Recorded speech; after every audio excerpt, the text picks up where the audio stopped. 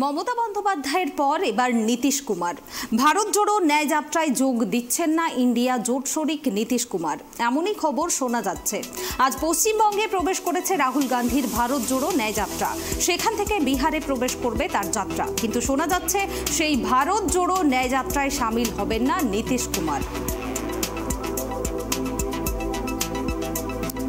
আমরা এ বিষয়ে বিস্তারিত আলোচনা করব। এই মুহূর্তে আমার সঙ্গে নিউজ ডেস্ক থেকে লাইভ রয়েছেন আমার সহকর্মী অঞ্জন। প্রথমে মুখ্যমন্ত্রী মমতা বন্দ্যোপাধ্যায়, তারপরে আম আদমি পার্টির নেতা অরবিন্দ কেজরিওয়াল একলা চলোর ঘোষণা করেছিলেন এবং এখন নীতিশ কুমার রাহুল গান্ধীর ভারত জোড়ো ন্যায় যাত্রায় সামিল হবেন না। কি হবে তবে ভবিষ্যৎ ভারত জোটের, ইন্ডিয়া জোটের?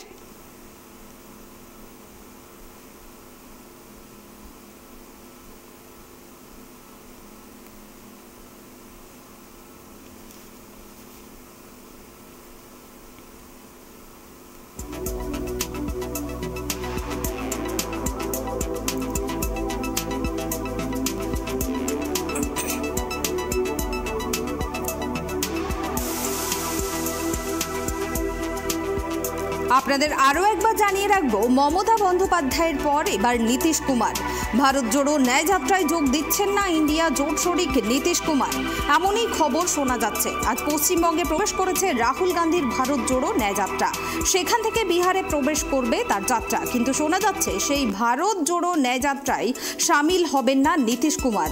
30শে জানুয়ারি বিহারে প্রবেশ করার কথা রাহুলের যাত্রার, কিন্তু শোনা যাচ্ছে নীতিশ কুমার এবং তার দলের কেউই রাহুল গান্ধীর সেই যাত্রায় সামিল হবেন না। আমরা বিস্তারিত জেনে নেব অঞ্জনের কাছ থেকে। অঞ্জন, প্রথমে মুখ্যমন্ত্রী মমতা বন্দ্যোপাধ্যায়, তারপরে আম আদমি পার্টির নেতা অরবিন্দ কেজরিওয়াল একলা চলোর ঘোষণা করেছিলেন এবং তারপর নীতিশ কুমার শোনা যাচ্ছে রাহুল গান্ধীর ভারত জোড়ো ন্যায় যাত্রায় সামিল হবেন না। কি মনে হচ্ছে ইন্ডিয়া জোটের ভবিষ্যৎ তবে কি হবে?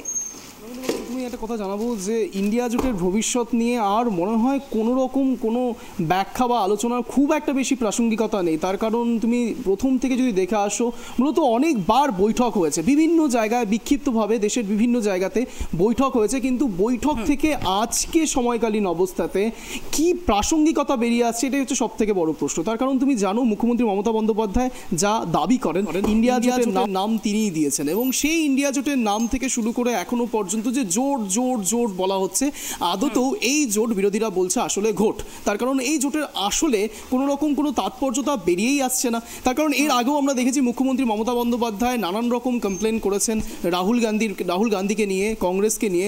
সরাসরি বলেছেন যে কংগ্রেস পার্টি এই বিষয়ে জানাচ্ছেন না, ওই বিষয়ে জানাচ্ছেন না। মূলত তার অভিযোগ, মুখ্যমন্ত্রী মমতা বন্দ্যোপাধ্যায়ের অভিযোগ ছিল এটাই যে রাহুল গান্ধী বা কংগ্রেস কোনোভাবেই অনেক বিষয়ে লুকিয়ে যাচ্ছেন বা অনেক বিষয়ে আলোচনা করতে চাইছেন না। নামে তারা ইন্ডিয়া জোট বলছে, কিন্তু আদতেও কংগ্রেস পার্টি নিজেকে প্রজেক্ট করতে চাইছে। আর খুব ইন্টারেস্টিংলি এই বিষয়টা নীতিশ কুমারের মধ্যেও দেখা গিয়েছে। তার এইটা একটা বড় একটা কারণও রয়েছে। তার কারণ ইন্ডিয়া জোট বলা তো হচ্ছে জোট, কিন্তু সবাই কিন্তু আসলে ওই সিটটার দিকেই নজর রয়েছে। সবাই বলছে ঠিকই যে বিজেপিকে সরাতে হবে, তার কারণ সবার লড়াই বিজেপির সাথেই। এই বিজেপির লড়াই তো বলা হচ্ছে, কিন্তু বিজেপির থেকেও বড় প্রশ্ন আসছে কুর্সি বা সিংহাসন, এবং সিংহাসনের দিকে নজর আছে বলেই তাদের নিজেদের মধ্যেও কিন্তু অন্তর্কলহ দেখা যাচ্ছে। কেন সেটা বলছি, তার কারণ দেখো নীতিশ কুমার এবং একাধারে দেখা যাচ্ছে মুখ্যমন্ত্রী মমতা বন্দ্যোপাধ্যায়, অন্যদিকে অরবিন্দ কেজরিওয়াল। তোমাকে আরও একটা বিষয় জানিয়ে রাখবো, গতকালই একেবারে পাঞ্জাবের মুখ্যমন্ত্রী মান বলে দিয়েছেন যে সেখানেও কিন্তু তারা আসন সমঝোতা করবে না। অর্থাৎ কোনো এক জায়গাতে বলা বাহুল্য যে রাহুল গান্ধী বা কংগ্রেস এই দুইকেই কিন্তু নেগেটিভ সিগন্যাল বা রেড সিগন্যাল দেখাচ্ছে বাকি প্রার্থীরা বা বাকি পার্টির লোকেরা। বিশেষ করে মুখ্যমন্ত্রী মমতা বন্দ্যোপাধ্যায়ের যেটা দাবি ছিল যে তিনি একলা চলো নীতিতে বিশ্বাস করছেন। তার কারণ রাজ্যে আর জাতীয় স্তরে দুটো বিষয়ের ব্যাখ্যা দুরকম। কেননা জাতীয় স্তরে যখন একেবারে রাহুল গান্ধী বা বড় উচ্চ নেতৃত্বরা বলছেন যে মুখ্যমন্ত্রী মমতা বন্দ্যোপাধ্যায়কে তাদের প্রয়োজন, ঠিক একই রকমভাবে যখন রাজ্য স্তরে আসা হচ্ছে তখন অধীর রঞ্জন চৌধুরীর সঙ্গে চ্যালেঞ্জিং কমিশনে বসে রয়েছে মুখ্যমন্ত্রী মমতা বন্দ্যোপাধ্যায়। বলা বাহুল্য প্রত্যেকের মধ্যে এই সমস্যার একটাই কারণ, তারা প্রত্যেকেই চাইছে কুর্সি এবং প্রত্যেকের এই কুর্সির নেশাতেই কিন্তু একের সঙ্গে আরেকের বিরোধ বাড়ছে। মূলত এই নিয়েই সব সমস্যা। হ্যাঁ অঞ্জন, যেটা আমরা আরো জানতে পারছি যে আজকেই রাহুল গান্ধী বাংলায় প্রবেশ করলো তার যাত্রা, এবং তিনি কিন্তু মাঝপথেই যাত্রা ছেড়ে দিল্লিতে চলে গেলেন।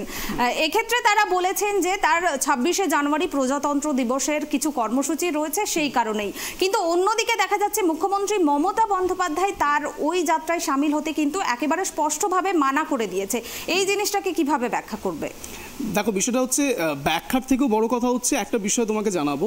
যখন রাহুল গান্ধী ভারত জোড়ো ন্যায়যাত্রা বের করছে, সেই সময়কালীন অবস্থাতে কিন্তু কংগ্রেস নিজেকে নিজে প্রজেক্ট করছে, এটা একেবারেই পরিষ্কার সবার কাছে। তার কারণ ভারত জোড়ো ন্যায়যাত্রার মুখ কিন্তু রাহুল গান্ধী। অন্যদিকে যদি তুমি দেখো, ইন্ডিয়া জোটের মুখ কাকে বানানো হয়েছে? মল্লিকার্জুন খাড়গেকে। এখান থেকে ক্ল্যাশ আরও বেশি শুরু। তার কারণ ইন্ডিয়া জোটের মুখ যখন মল্লিকার্জুন খাড়গে, তাহলে ভারত জোড়ো ন্যায়যাত্রাতে শুধুমাত্র রাহুল গান্ধী কেন একা বেরোচ্ছে? অন্য কোনো ইন্ডিয়া জোটের প্রার্থীরা কেন সেখানে নেই? সেখান থেকেই বড় প্রশ্ন তৈরি করেছিল রাজনৈতিক মহলের ব্যক্তিত্বরা। আর সেখান থেকে তুমি যে প্রশ্নটা করছো, মুখ্যমন্ত্রী মমতা বন্দ্যোপাধ্যায় এক প্রকার কমপ্লেন করছে, অভিযোগ করছে যে ভারত জোড়ো ন্যায়যাত্রা যে প্রবেশ করবে সেই বিষয়টা তিনি জানতেনই না। মুখ্যমন্ত্রী মমতা বন্দ্যোপাধ্যায় আরও কথা বলেছেন যে এত কিছু হচ্ছে, ইন্ডিয়া অ্যালায়েন্স হচ্ছে, রাজ্য স্তরে তারা কিন্তু একলা চলতেই বিশ্বাসী। তার কারণ তারা জানেন যে রাজ্য স্তরে কংগ্রেসের ভিত বা কংগ্রেসের যে প্রদর্শন করার জায়গা সেটা অনেকাংশেই কম। সেক্ষেত্রে তৃণমূল কংগ্রেস অনেকটাই শক্তিশালী এই বাংলাতে। আর সেই জন্যই কিন্তু তৃণমূল কংগ্রেস কোনোভাবেই এই সিট শেয়ারিংয়ের যে ব্যাপারটা বা আসন সমঝোতার যে বিষয়টা, সেই জায়গাটা থেকে অনেকটা দূরে সরে আসছে। আর এটাই কারণ। অন্যদিকে যদি তুমি দেখো যে জাতীয় স্তরে কংগ্রেস কিন্তু তৃণমূল কংগ্রেসের দিকেই বেশি ভরসা করছে। আর সেই কারণের জন্যই কিন্তু জাতীয় স্তরেও বলাও হচ্ছে যে মুখ্যমন্ত্রী মমতা বন্দ্যোপাধ্যায় এমন একজন মুখ যাকে ছাড়া ইন্ডিয়া জোট একেবারেই অসম্ভব। আর সেই কারণের জন্যই কিন্তু আজ যখন রাহুল গান্ধী একেবারে বাংলায় এসে প্রবেশ করলো, তখন মুখ্যমন্ত্রী মমতা বন্দ্যোপাধ্যায় সরকারের তৃণমূল কর্মী সমর্থকরা কিন্তু বিক্ষোভ প্রদর্শন করতে শুরু করলো কোচবিহারে। যখনই তার কনভয় কোচবিহারে প্রবেশ করে, তখনই কনভয়ের সামনে বিক্ষোভ প্রদর্শন করে তৃণমূল। এবার বলতেই পারো যে তাহলে তৃণমূল বনাম কংগ্রেস কি হচ্ছে? একেবারেই তাই। তার কারণ তুমি দেখতেই পাচ্ছ তৃণমূল বনাম কংগ্রেস একেবারে প্রকাশ্যে দ্বৈরথ দেখা যাচ্ছে। আর সেই দ্বৈরথের কারণ কিন্তু একটাই, কুর্সি। আবারও একই ডেডলাইনে শেষ করব, কুর্সি তাদের মূল উদ্দেশ্য, এবং এই কুর্সির জন্যই তারা নিজেদের মধ্যেও কিন্তু বিভেদ তৈরি করছে। ইন্ডিয়া জোট মূলত নামেই জোট, কিন্তু আসলে বিরোধীদের কথাতেই শিলমোহর দেওয়া যায়। পরপর এই যে ঘটনাগুলো, মুখ্যমন্ত্রী মমতা বন্দ্যোপাধ্যায় প্রথমে একলা চলো ঘোষণা করলেন, তারপরে পাঞ্জাবের মুখ্যমন্ত্রী ঘোষণা করলেন, তারপরে এই যে পরপর এই যে ঘটনাগুলো ঘটে চলেছে, এতে কি ইন্ডিয়া জোটের ভাঙন কি একেবারে স্পষ্ট হয়ে পড়েছে? ইন্ডিয়া জোটের ভাঙন স্পষ্ট হয়ে পড়েনি। ইন্ডিয়া জোটের ভাঙন দেখাই যাচ্ছে যে ওটা অলরেডি ভেঙে গেছে। তার কারণ মুখ্যমন্ত্রী মমতা বন্দ্যোপাধ্যায় একদিকে বলছে, অন্যদিকে বিহারে নীতিশ কুমার অনেকটাই বেসুরো, এবং অন্যদিকে আপ পার্টি অরবিন্দ কেজরিওয়াল, ভগবন্ত মান প্রত্যেকেই কিন্তু এক প্রকার বলা যেতে পারে বেসুরো ছিলেন, বেসুরো রয়েছেন। এর কারণই হচ্ছে এটাই যে ইন্ডিয়া জোট মূলত যারা যেই প্রোপাগান্ডা নিয়ে তারা তৈরি করেছিল যে বিজেপিকে সরাতে হবে, সেই প্রোপাগান্ডা থেকে তারা কোনো একটা জায়গাতে এখন এই মতো অবস্থাতে বিচ্যুত হচ্ছে। আর সেই কারণের জন্যই কিন্তু প্রত্যেকেই নিজস্ব জায়গায় বেসুরো হতে শুরু করেছে। কুনামি, ধন্যবাদ অঞ্জন। আপনাদের আবারও একবার জানিয়ে রাখবো, মুখ্যমন্ত্রী মমতা বন্দ্যোপাধ্যায়ের পর এবার নীতিশ কুমার ভারত জোড়ো ন্যায়যাত্রায় যোগ দিচ্ছেন না ইন্ডিয়া জোট শরিক নীতিশ কুমার ও তার দল, এমনই খবর কিন্তু শোনা যাচ্ছে।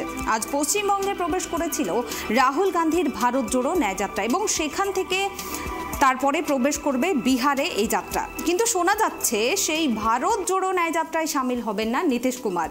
30শে জানুয়ারি বিহারে প্রবেশ করার কথা রাহুল গান্ধীর এই যাত্রার, কিন্তু শোনা যাচ্ছে নীতিশ কুমার এবং তার দলের কেউই রাহুলের সেই যাত্রায় সামিল হবে না। এই ঘটনা যদি বাস্তবে ঘটে, তাহলে ইন্ডিয়া জোট এগোনোর আগেই ভেঙে যেতে চলেছে, তাতে কিন্তু কোনো সন্দেহ নেই।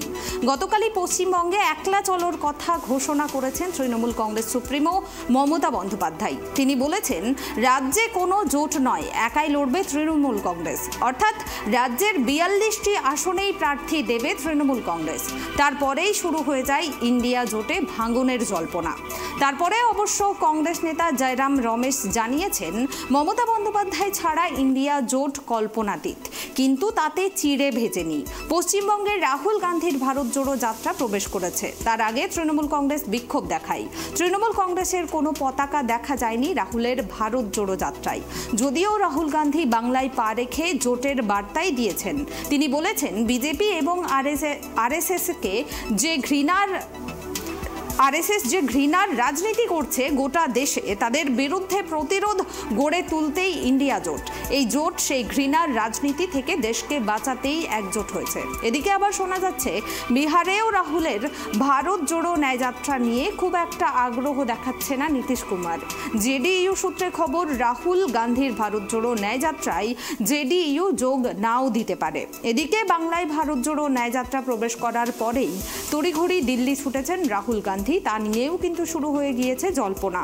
তাহলে কি পরপর ইন্ডিয়া জোটের ভাঙনের ইঙ্গিত পেয়েই রাহুলকে তলব করা হয়েছে? এমনটাই কিন্তু প্রশ্ন উঠছে রাজনৈতিক মহলে।